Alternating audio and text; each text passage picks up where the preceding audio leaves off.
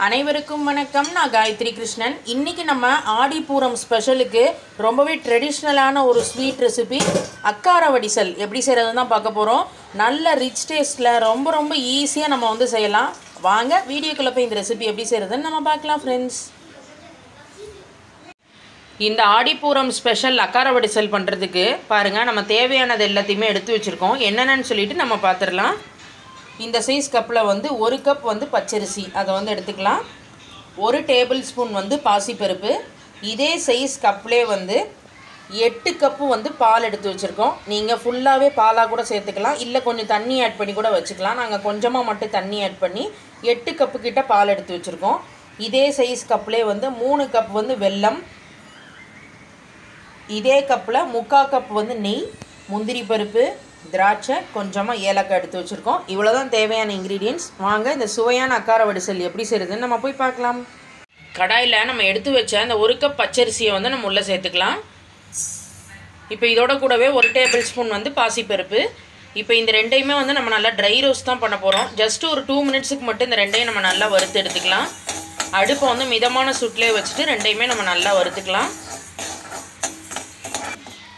ஒரு 2 நிமிஷம் அரிசி பருப்பை வந்து நம்ம வறுத்தாச்சு. இப்போ வந்து நம்ம ஸ்டவ்வை சுவிட்ச் ஆஃப் பண்ணிடலாம். இப்போ இந்த அரிசி பருப்பை நல்லா ஒரு தடவை நம்ம களைஞ்சி எடுத்துக்கலாம். அரிசி பருப்பை வந்து நம்ம நல்லா களைஞ்சி எடுத்தாச்சு. இப்போ இதில் வந்து நம்ம பால் சேர்க்கலாம். இந்த அக்கார வடிசல் வந்து ரெசிபி நல்ல ரிச் டேஸ்ட்டுக்கு ஃபுல்லாகவே நம்ம பாலில் தான் இதை வந்து நல்லா வேக வைக்க போகிறோம். நம்ம இங்கே வந்து ஒரு 8 கப் பால் எடுத்து வச்சுருக்கோம். அதை அப்படியே வந்து நம்ம இதில் சேர்த்துடலாம். பால்லே வந்து இந்த ரெண்டையுமே நம்ம நல்லா வேக வச்சு எடுத்துக்க போகிறோம். அப்படியே சேர்த்துக்கோங்க. பாலை வந்து நம்ம ஆட் பண்ணியாச்சு.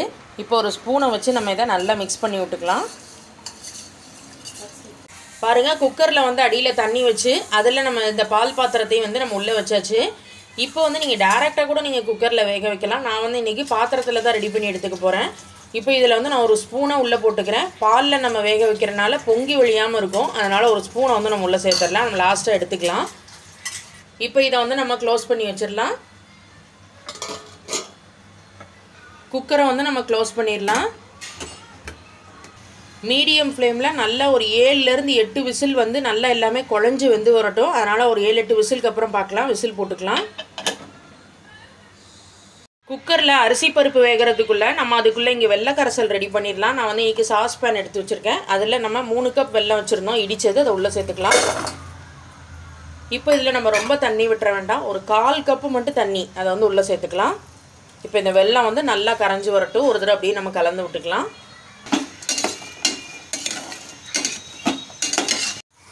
பாருங்கள், வெல்லம் எல்லாமே நல்லா கரைஞ்சி வந்துடுது. இந்த அளவுக்கு நல்லா கரையணும். வெல்லம் வந்து பாகாகணும்னு இல்லை, கரைஞ்சாலே போதும். இப்போ வந்து நம்ம ஸ்டவ்வை சுவிட்ச் ஆஃப் பண்ணிடலாம்.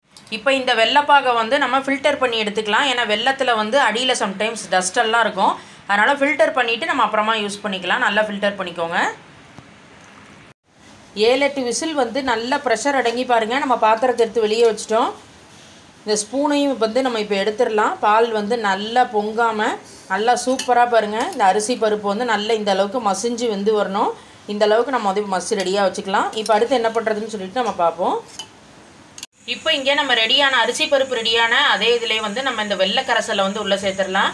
வெள்ளை கரைசலோடு சேர்த்து இந்த வெள்ளை வாசனை போக எல்லாமே சேர்ந்து நல்லா கொதிக்கணும். இது எல்லாத்தையும் சேர்த்துட்டு நல்லா கலந்துக்கோங்க. எல்லாமே சேர்ந்து நல்லா ஒரு கொதி வரட்டும். இங்கே அதுக்குள்ளே நம்ம முந்திரி திராட்சைக்கு வந்து தாளிச்சிடலாம். பாருங்கள், கடாயில் வந்து நல்ல ஒரு டேபிள் ஸ்பூன் ஃபுல்லாக நம்ம வந்து நெய் விட்டுருக்கோம். இப்போ இந்த நெய்யில் நம்ம எடுத்து வச்ச முந்திரி பருப்பு உள்ள சேர்த்துக்கலாம். அப்படியே வந்து நம்ம ஃப்ரை பண்ணிக்கலாம். முந்திரி பருப்பு வந்து லைட்டாக வதங்கினதுக்கப்புறம் நம்ம வந்து திராட்சை சேர்க்கலாம். அப்படியே வந்து ஃப்ரை பண்ணிக்கோங்க. முந்திரி பருப்பு வந்து லேசாக வறுபட்டதும் இதில் இப்போ நம்ம திராட்சையும் சேர்த்துடலாம். முந்திரி திராட்சை வந்து நல்லா ஃப்ரை ஆகி வரட்டும். அப்படியே வந்து கலந்து விட்டுக்கோங்க. திராட்சை வந்து நல்ல பலூன் மாதிரி நல்லா உப்பி ஃப்ரை ஆகி வரும். கலந்துக்கலாம். நல்லா ரெடியாகட்டும் ரெண்டுமே. முந்திரி திராட்சை நல்லா வறுபட்டாச்சு. நம்ம வந்து ஸ்டவ்வை சுவிட்ச் ஆஃப் பண்ணிடலாம். வெள்ளை வாசனை போக எல்லாமே நல்லா கொதிச்சிடுது. இப்போ இதில் நம்ம கொஞ்சமாக மட்டும் ஏலக்காய் தூள் சேர்த்துக்கலாம்.